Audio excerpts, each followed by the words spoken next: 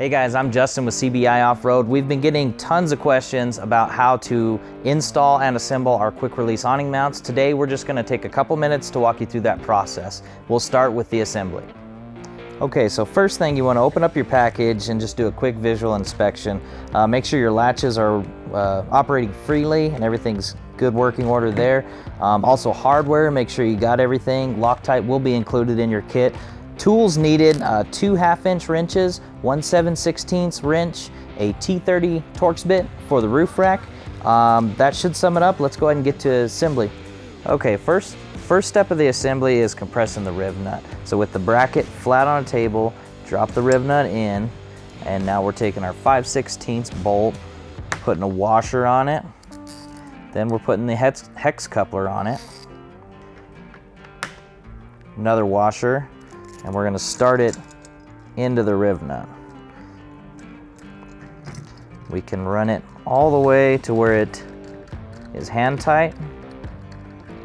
Okay, now that we're hand tight, we're going to take our 1/2-inch wrenches. We're going to put one wrench on the hex coupler, and then the other wrench is going to go on the head of the 5/16 bolt. Now we're going to start tightening, and as you tighten it, it's going to compress that rib nut. All right, so now we got it compressed, and you can kind of double check yourself by looking at the backside, and you can kind of see how it's mushroomed out like that. You know you're fully compressed, so we can go ahead and remove the 5/16 bolt. All right, so our rib nut's now compressed. Next step is we're going to install the zinc-coated bolts with some Loctite. So apply your Loctite to your zinc-coated bolt. Go ahead and run that in to your rib nut. And we're going to take our 1/2-inch wrench and just bump it tight. We don't need to get crazy and over tighten this because we have the Loctite in there to help us out. So just a little bump snug is all we need. Okay, now this one's ready for install. Okay, so the process is going to be the same on all the different brackets on compressing the rib nut. So just make sure that you have the rib nut facing the correct way and you'll be good to go.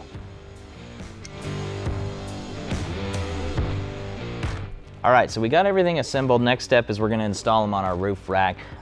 So placement's gonna depend on the size of your roof rack and the type of your awning. So take some measurements and play around and get it where you like it. We're putting ours right here. There is a load panel, but the load panels are cut out specifically for these brackets, so no worry there. But basically we're gonna remove the bolts holding this crossbar, lift it up, slide in our carriage bolts, put it back down, secure it in place because we won't be able to access these once the bracket is on. So once we get that done, then we'll secure the nuts to the carriage bolts and be good to go.